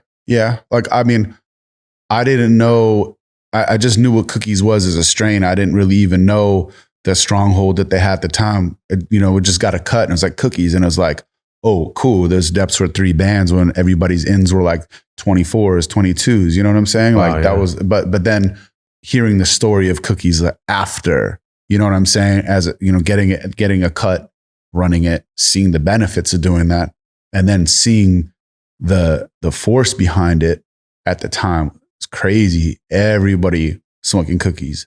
Because before that, I would say it's like Purple Urkel or Granddaddy or some whatever, Purples ran the bay. Those are the first exotics. Like that was a time where my people would run, we called it Purple Urkel up in Humboldt, and black it out purple with temperature. You know what I'm saying? We didn't get that. I grew so many like green purples and didn't really understand how to drop my temps. You know what I'm saying? It was that where that's the top ones are 42, and it doesn't matter if you get a box, like they're 42 up, period. Maybe if you only want 10, they're 44 type shit in Garberville, in Southern Humboldt. You know what I'm saying? Like where everything else was, less than that. I miss Urkel. It's fire. Urkel's selling Purple Urkel now. Yeah. Yeah. Crazy time, man. It's like Purple we're in the last, Yeah. No, it's fire. I think it's very on brand for him. I think, one of my AOL screen names was Mr. Steve Urkel. Like, you know what I'm saying? Like, we were super into Purple Urkels like back then. You know what I'm saying? Yeah. The AOL and the sidekick, flip it up, Mr. Steve Urkel. T-Mobile shit. You remember the drip? Come on, man. You know what I mean? Sidekick was crazy. If you didn't have that with the AOL Instant Messenger, man, you was not a player. No, you were not. Urkel was weren't in the game. Yeah. You weren't. Yeah. I remember the Sidekick 3 came out. I was lit. Yeah, hell yeah. Then I had the Nextel too. Yeah, the chirp. I had the chirp way Leave back. that on the top. Way back. You had that Dale Earnhardt. I never had the bag phone. I do look as you had that Dale Earnhardt red one, man. I do look old enough to have had the bag phone. Man, I personally never did. On the side, you rocked it on the side. Yo, had the Sprint Spectrum with the fucking antenna bent to the side. This is like mid 90s shit. You know what I mean? You had that Razor when it came out. Believe that. Every single Virgin wireless you were playing prepaid. Snake on a Nokia. You know what I'm saying? On the hill. Talking to Bill. When I found out what Instagram was, I was like, yo, you could just post pictures all day. I did what everybody did, post a picture of the dogs and the hill and never no weed. Never, ever post weed. Maybe like you're rolling up or something. Maybe. You know what I mean? But yeah, when I learned what the meme was, dude, I was like, holy shit, like Extract Artist, the magazine. This is hilarious. This dude is a fucking comedic genius with his memes. You know what I'm saying? But you uncovered another side of what would be the King Sour Waves. What you mean? Just like you were a straight grower. Yeah. But I feel like the memes opened up a lot for you to show your personality and shit and like connect with people. Yeah, absolutely. Cause like we connected and I didn't know who you were. And like I'm standing right next to you and you're like, yo, and I'm like, oh, what up, man? Like I had no idea. For sure. You know? And it's like, I already fucked with you on that level. Like, yo, this dude's funny. Right. Shit's funny. You know, you got to be a good sport unless it's personal. Yeah. If they cut personal, it's like, all right, man. Yeah, you got to be ready to face or deal with that. Right. Yeah. But if it's funny on some funny shit, you know, you got to laugh it off. Sometimes the joke's going to be on you. That's just life. That's just the internet. That's just one how it thing is. About the internet. The internet always wins. That shit's undefeated. Always wins. Always. So understanding how that works might work in your favor today. Tomorrow, not so much. How'd you come up with the name Sour Waves, King Sour Waves? Sour waves, I used to grow sours. Okay. Like lots of them. And when you have this way of life that revolves around 2 harvests a year, major harvests a year, and you have different things happening at the same time, like you really, for me anyway, some people had all the help in the world. Personally, it would be like start flowering here, just like you would offset your rooms, right? But it's like a different concept of like, you have a room coming down, you need your people for that room. It's like, it's an entire property and it's an entire however many greenhouses ready at the same time. You can't have that there and have your all-star team at 2 spots at one time. and you don't have this timeline to like, you know, margin for error. Like it's so hot and dry there, you got to trim it when it's ready, or it just becomes just, you know what I mean? You can't, so to plan that and having literal waves come in of sours, that's really where the idea behind the name came from. So you were the first one to bring sours in New York. That's the next Facts. You get Facts. It all makes sense. that's a whole other group of people upset now. It all fucking makes sense now. King Sour Waves. That's what made you king. Facts. That was a move though. Those sours in they early look like 2000s, the indoor ones. I started with the indoor sours. Some 60. That was my favorite 64 strain. wholesale shit. You know what I'm saying? Like the top grade ones. And I remember seeing like PGR sours back then, and I didn't know what PGR was. I never got into that whole thing. You know what I mean? Seeing two different ones. One sour is yay big. The other sour is like a big fluffy bag, and that's how people want it. Why? Because it's going in a 2.2 gram clear cube and being delivered to you in Manhattan for $50 for a 2.2. Those sours. You know what I'm saying? Yeah. So like when I moved to Cali, sour, I don't think was, I mean, maybe it started back then or not. I don't know, but it wasn't big. Like it really caught on. You know what I'm saying? Yeah. I first got a sour cut as OG Kush, and we grew it out and we're like, this isn't it. You know what I mean? Around the same time, you know, Headband was out. Started hearing about Headband. It was super coveted. Headband, Chem Dog. Like you heard about this shit, but you never seen it. OG Kush, you heard, and Humble, you hear about it. You know, the strains, you read the magazines, you know what I mean? Internet, forum days even, if you know what I mean? People were into that. Personally, not really so much into forums at that time because I was paranoid about like actually living this life and then going and talking about it online. See, Instagram deaded that whole filter. Now it doesn't happen online. Like, did it even happen? You get me? Did it even, I don't know. Famunity did not see that happen, so might not have happened. You know what I mean? That's just how it is now. But in those times, it's being very private, not showing any of these things, not putting your cards on the table, attracting attention to yourself. You know what I mean? Different times.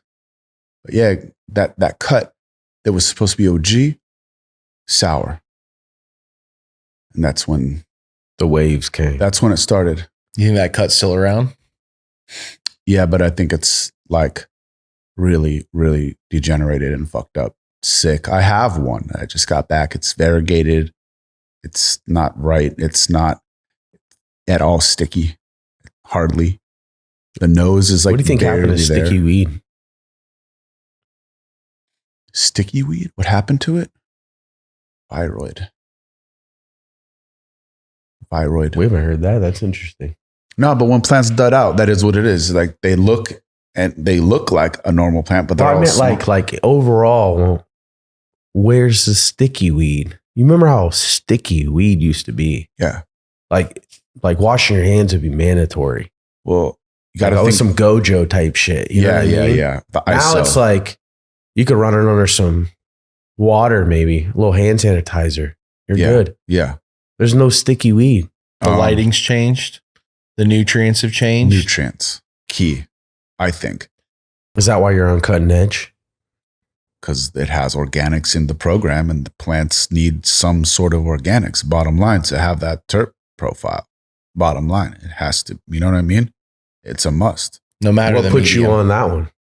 Cutting edge? Yeah. Being around back in the day, it was like word of mouth. Oh, this program is dope. Oh, I do this, you know. And there's a lot of people that were hush hush. Like I learned how to mix dirt like my first year in Cali, but the person who taught me forgot to tell me to put in Dolomite lime, or perhaps even sabotaged me.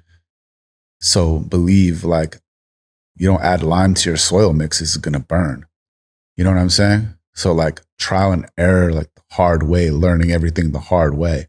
But being around back then, it was like word of mouth. So I heard about cutting edge, and it was back then, it was either GH 3-part or cutting edge, at least NorCal. You know, I don't think maybe SoCal really got on too tough with the cutting edge, but if you know anything about these people, they have some of the best weed produced with their nutrient. And even other countries, Colombia, you have cutting edge people, a lot of East Coast people, a lot of up north people. You know what I mean? People that are on this program, like they grow fire. Like some of the best batches you've ever heard of were grown with cutting edge. You know what I'm saying? So I used to use it, you know, way back in the day on indoor. And then we were talking about this earlier. We got over to Botanicare because it was like very forgiving using, you know, we're using brand new soil every run, or maybe using that brand new soil for 2 runs and just trying to keep everything organic for the most part. Like maybe a little bit of like synthetic, you know, derived stuff, but not like trying to keep your beds good. Like if I'm going to spend 10 grand worth of dirt in this bed, like I want to be able to use it next year. So, you know, amending it and taking care of it, not just running whatever, you know, whatever salt, whatever, you know, up there was like Grow More or this other shit called Max C. And it was a 1 part, you know what I mean? One of the most successful people I knew at a young age up there.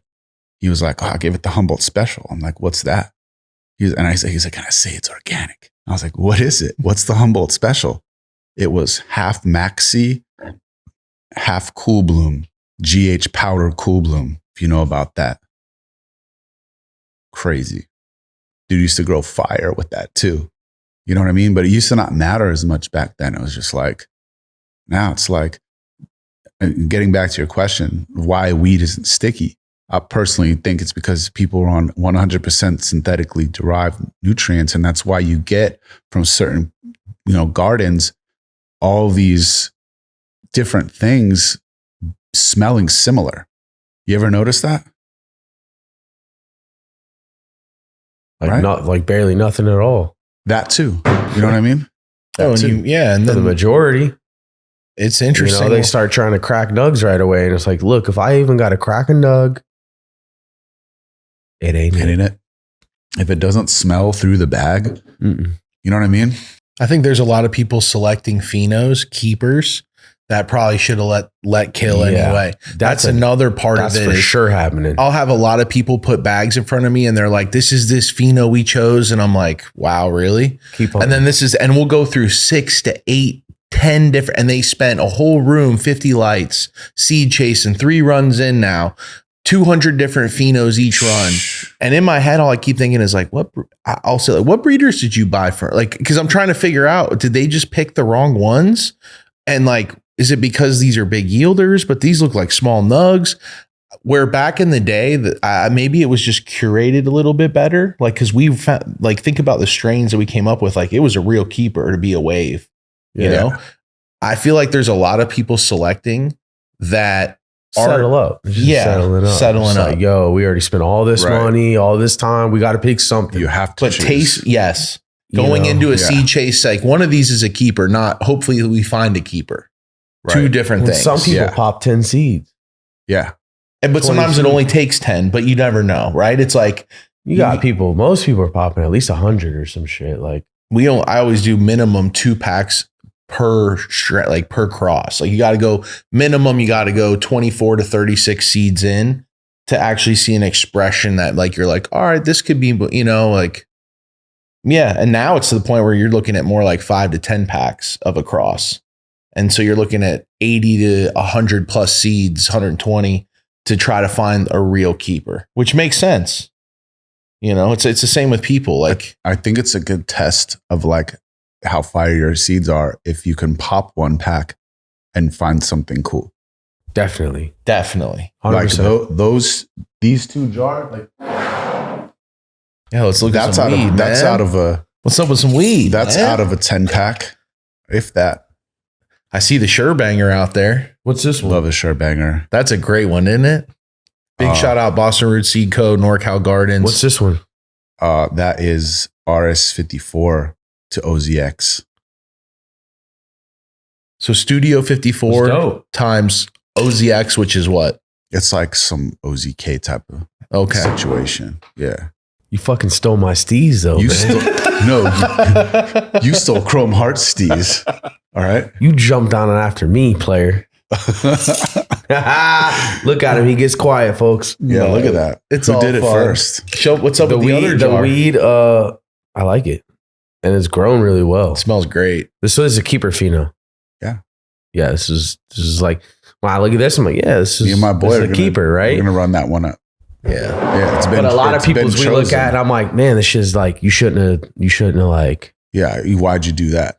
like this is try again, like keep going, you know? Mhm. Yeah, Like don't settle up, keep your standards high, especially right now. right. If you want to separate and make it, because at this point it's if you're gonna make it or not. What should a keeper be? Let's have that discussion for a second though. Like you're hunting and you're a tastemaker, bro. Like I know first that. thing is like definitely has to have like strong nose, like strong smell. just distinct. The terps need to definitely reek, just like smelling it. If you don't even get to that part, you should keep going, in my opinion. You know, that doesn't even get down to the smoke test and shit. Right. But if you look at a bag and it's got no smell, or you're having to dig for the smell, it's a no. Yeah, all for it. It's a no. But again, back to people's growing practices. Because I like those two, I actually didn't grow those.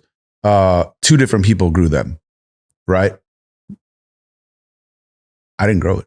You know what I'm saying? I think that speaks to the grower as well. Like if that, and I also think what I've learned is that if you're going to flower something exactly from seed, like that's going to be totally different than like a couple clones away from it.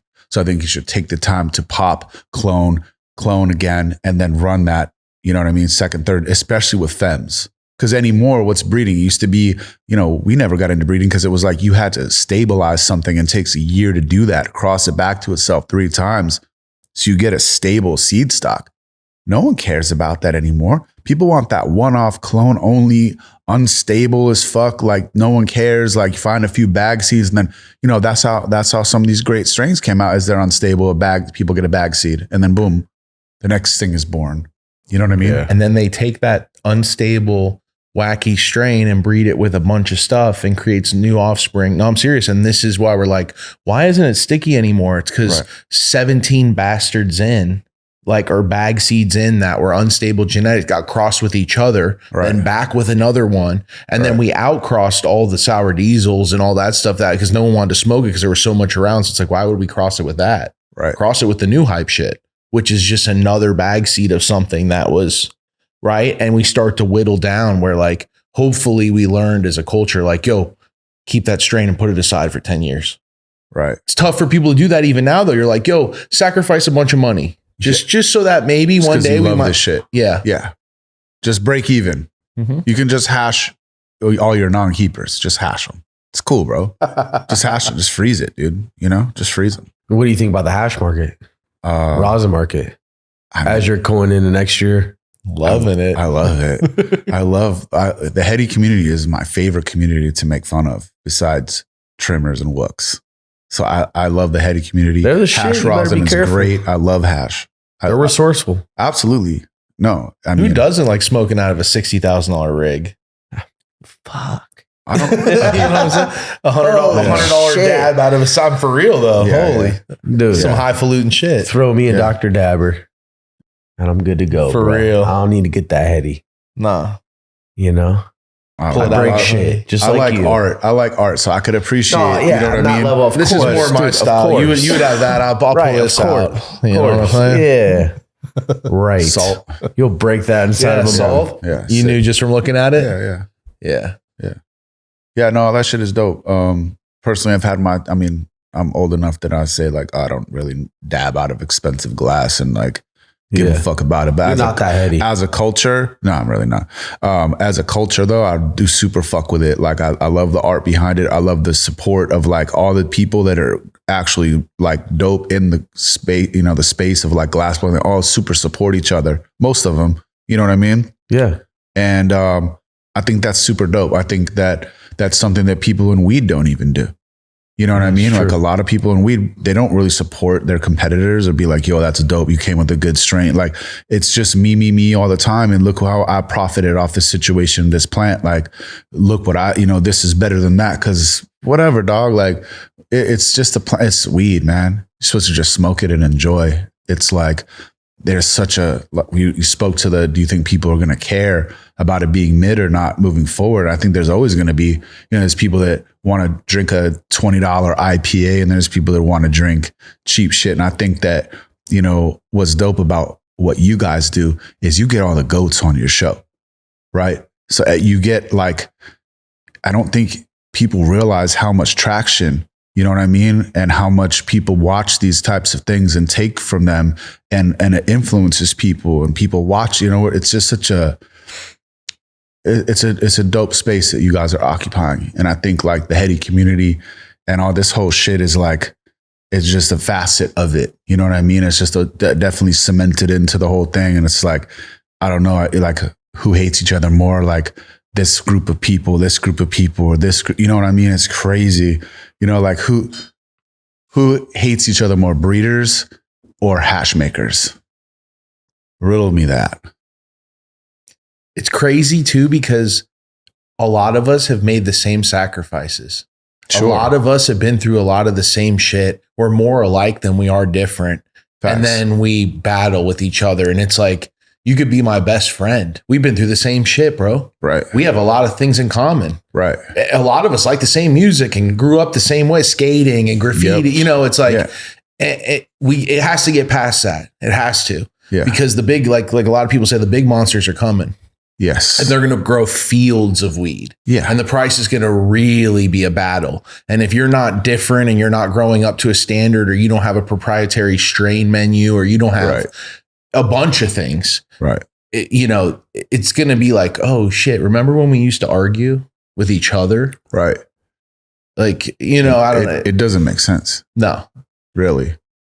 Because we're any of these people that occupy the space. It's we're not the problem with each other. The problem is big bank. You know what I'm saying? And when this shit goes federally legal, that's when we're going to see these entities come out the woodwork and tank it, just like Humboldt is dead because of people in other parts of California that are, have permits to grow just way too much. You know what I'm saying? They'll take international money. You're gonna crash the market and get everybody out. That's the only way you get people out of any business, is to take the money away from it. You get me? So there stops being a profit in what you do. Why do you still do it? Like those guys popping all those lights worth of seeds. Why do you do it? Well, yes, they want to succeed and find something, but they love it. We do this shit because we love it. And if you love this culture and this plant and everything that we represent, we should all fuck with each other. It should be a camaraderie, and it's an honor. It's honestly an honor to be able to contribute to this after so many years I've been down. You know what I'm saying? It's really dope to still be here and still be able, you know what I mean? And actually, do what I enjoy doing. Because at the end of the day, you know what they say, if you love what you do, you don't work a day in your life. I mean, who wants to clean up 700 gallons of water off your floor? And you know what I mean? And all these little sacrifices and things that aren't football fun Sunday, of it. Man. Yeah. That would have broken a lot of people. A lot of people, that's where they quit though. And they turn around and they say, I'm actually just going to go get a job. Right. Or I'm just going to go back and work for or I'm going to move back home. This shit's just not for me. Yep. Or whatever version of that. Right. And then other people, and this is even before, where it was 99 plants, 3 years in jail. All right, no worries. We'll figure it out. Yeah. Versus no, we're good. We're not, I would never do that. Yeah. It's the same. There's always a barrier. And it's same with growing fire. Do you want to put in 40 hours a week or 140? It's literally or do you want to figure out how to automate things and figure out how to up your game constantly and never end up right now, it's a forever seed hunt. Every grower needs to be continuously hunting seeds nonstop. It's crazy. It's crazy. I remember when it was maybe once a year you would do that, and you do 30 to 40. Now it's thousands. Yep. This is interesting though. What you brought, the OZK crosses. I mean, I can't wait, dude. Crazy crosses. Yes, sir. What's in the orange jar? That's one of the crosses. I called this one. How long has this project been going on? A while. A year ago. So. Oh yeah. That's roll that up, bro. Another OZ cross, Z cross. Yeah. So that P23 is something, I don't know if you've seen, one of these dudes at 710's been posting a lot, Sexual Chocolate Factory. Mm-hmm. He actually bred that P23, had given Masonic males out of what was to be called Jealousy Pack. Mace is quick with it, harvested the pollen, put it on his page. Who wants male pollen? Dude was like, I do. And that's one of the ones, he crossed that to runts with that male, made that P23, Prince 23, I think he called it. And then I reversed to that. You know what I'm saying? Trying to remember what I named that one right now. Doesn't matter. You got a crazy lineup. It's there. I like the bag. What inspired the design? Sherbanger, headbanger, heavy metal kind of Hesher type of. I like it. Headbangers ball type of vibe. You know what I mean? I found a wicked designer, bro, and he threw that together for me. That one. That's fire. Thank you, bro. Thank you. Sherbanger is one of the hot strains for the year, man. That shit's smoking. I'm excited. I fuck with it. Yeah. Yeah, as a strain, it's very gas, and it's a really long strain, and it stretches like crazy. Like that, it will 4X on you and stretch to like, I saw a Boston post today, it stretched to day 26 or some shit, and it's true. It's true. Like I'm literally having to go and bend tops down away from the lights. You know what I'm saying? Like, cause it's like, once again, I flipped these plants way too big. You get me? Like too sativa dominant with the stretch, but gas. Yeah. And I think that's why people like it so much, because it's got that sour OG gas to it, but it's purple with some sherb, kind of covers that base as well. I don't know. I super fuck with it. It's a dope collab breedership. Shout out Karma Genetics originally, and then Boston Roots. Yep. It's like you take a fire cross that Karma did, and then he reworks it with some new age shit, and boom, now we got one of the hottest crosses of the year, Sherbanger. Yep. So dope, man. It's almost like a forced collab, right? It's like a breeder does his work, it gets out there, they take the keepers, and then they make the next generation of fire with it, and boom, now another just as big as the original strain, another wave. Yeah. Pretty dope, man. Super dope. I love breeding, man. It's dope, man. Like it's really creating. I think that's one of the highest forms of creation. If you can breed something and it hits and people love it, even if you just love it and you want to grow that, like that to me is dope. You know what I'm saying? The individuality of people being like, oh, I'm sick of chasing these clones down and I don't want to pay 10 bands for whatever the hot strain is. And then by the time you got a room full of it, the clone is like out, everybody's got it. And you're like, fuck, why did I buy this cut? Like I mean, it just, you touched on this earlier, the speed in which things are happening, the velocity of how fast things are happening in this game. Like what was elite last year, it's now like how many people growing Sherbanger. You know what I'm saying? Like once a cut gets out, you know what I'm saying? At least in Cali in general, if it really hits, that's what I'm saying. Like that's the highest compliment to say Boston and Karma as breeders. It's like that shit is booming right now. Like some of the biggest brands in LA are booming Sherbanger super hard. And I think it's a dope strain to smoke. Like I enjoy smoking it. It was like what RS11 or Zope was before that, right? When that got out, it's like every single grower was after those two cuts. Heavy. Facts. I still fuck with RS. I love RS. Yeah. Dio's a champ, bro. He's put out some absolute heat. Shout out to Dio, man. Shout out to Absolutely. Doja. Shout out to all these dudes that are like, making new shit and making fire shit. Yeah. Pushing the bounds. Yeah. Raising the bar. What do you got going on in the future, man? What you working on? What you? Man, beyond just being a dusty warehouse worker or like a field hand, just chilling with my family. You know what I mean? Just trying to take it light, family and friends. You know what I mean? Shout out to y'all. And yeah, man, just trying to enjoy the journey because it's not over for me. You would think like, oh man, this motherfucker been doing the same shit forever. And it's like, yeah, I have. You know what I mean? And different times, different situations, you know what I'm saying? But like I said, man, I'm just happy to still be here for real because a lot of us are not. My generation who've lost some good ones, man. You know what I'm saying? So anymore, man, just trying to stay safe. You know what I mean? Enjoy life. Enjoy good weed. Enjoy good company. You know what I'm saying? Like, that's what I'm trying to do. Fresh weed. There's nothing like it. Nothing like it.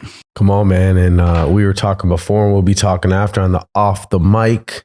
So get on that shit. If you're not on that shit, it's on the Patreon. Shout out to the whole family on the Patreon. We appreciate you guys supporting the show. And man, Sour Waves, it's been a hell of a episode. Appreciate you guys having me on. We're going to get in some spicy talk on off the mic. Yeah. We're about to start talking about the trim memes and all the other shit. You already know. We'll talk about what people want to hear about, not this. We're going to reveal what King Sourway's first meme was. Who it was about. Yo, should make that was 100 Instagram pages ago? Nah, it's actually, I still have that page. Dude, wow.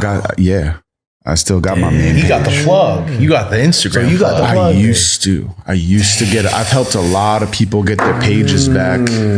A lot of people get pages back? I used to. They changed it, bro. On me anyways. Things changed for me.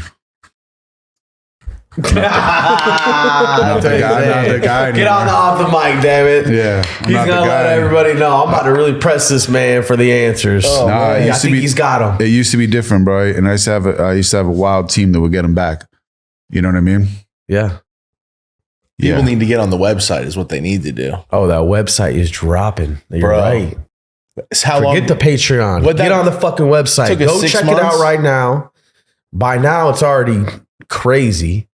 And version 2.0. Shout out to Omar, the fucking man. Y'all's new website? We put like 6 months into this thing. This is leading into it. This is going to lead up to an app, and then you'll be able to exist on our platform all day long if you want.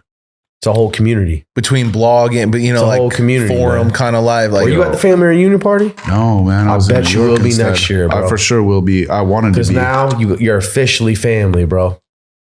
Officially family. I will never miss another reunion. You are already family, but now as a guest on the show, you're summoned to come. Like, appreciate expected. You, gang. The fans will be there waiting on you to crack up about some memes. And maybe maybe you inspired someone to start making memes and they start making memes about you.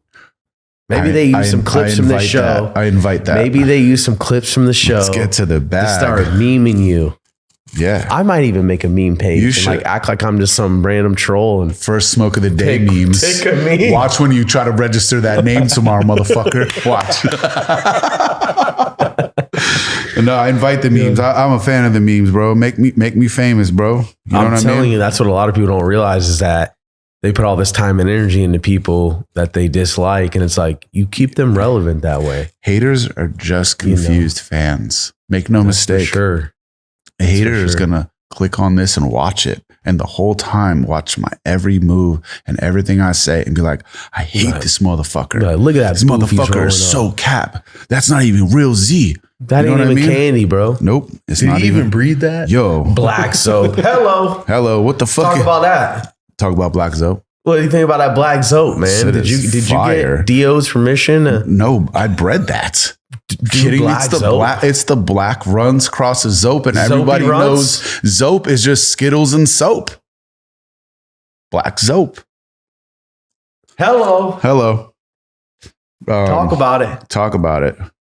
Is that? I think Dio's calling you. Is he? Yeah. He's calling him. He ain't calling me. That's my boy. I fuck with Dio super heavy, bro. Yeah. Dio's one of the GOATs, bro, for sure. Oh, yeah. Big respect, man. Banger after banger. RS11, Zope. Oh, yeah. You know what I mean? Oh, yeah. He ain't stopping. No. And no seeds available to the public. That part, like keeping, like DPs. Yeah. I listened to a lot of his stuff last night just to kind of, brief myself on the format here, which you guys really do, because I've really only watched a few. His episode, And I was going to say, he don't got a lot of stuff. He was talking about burrowing out basements in Oakland. Mm-hmm. I know all about that. Real crazy. A lot of people said that he was bullshitting on that, but I'm like, he's not the type to be bullshitting. He's pretty straight up dude. I personally know someone who dug out their basement and did that. Because it was a down slope, most ideal shit, but it makes sense. It worked at the time for them. They had a secret, however many lighter. That was crazy. A lot of unfinished basements. I don't think that dude ever would have got caught if he didn't get told on by some sucker. You know what I'm saying? That's how it always usually ends up, man. Yeah. Well, shit, man. King Sour Waves, episode 86 in the fucking books. Get on the website. Go get the merch. You see Biggs flexing in the merch. It's probably sold out by now. Hopefully it's not. Go check the site. There's some fire fsotd.com, firstsmokeoftheday.com. Shout out to Dr. Dabber. Shout out to Grogin. Shout out to Drip. And shout out to Sour Waves in this bitch, man. We appreciate it. Shout out to y'all, bro. Appreciate y'all for real. Thanks for having me, man. Family. Sersky. Let's get it. Route. Yo, welcome to the Diamond Mine. The diamondmine.la, California source for boutique genetics. Powered by yours truly, Blackleaf. And you know what that means? That means I'm bringing my best genetics into this. I'm bringing stuff I've been hiding, harboring away, stuff I haven't wanted to let out. We're bringing all that into the diamondmine.la, and we're going to offer that to California. Go on our website, hit the newsletter, and see if you can rock with us. Get on board with some of our genetics and change your garden. The diamondmine.la, powered by Blackleaf.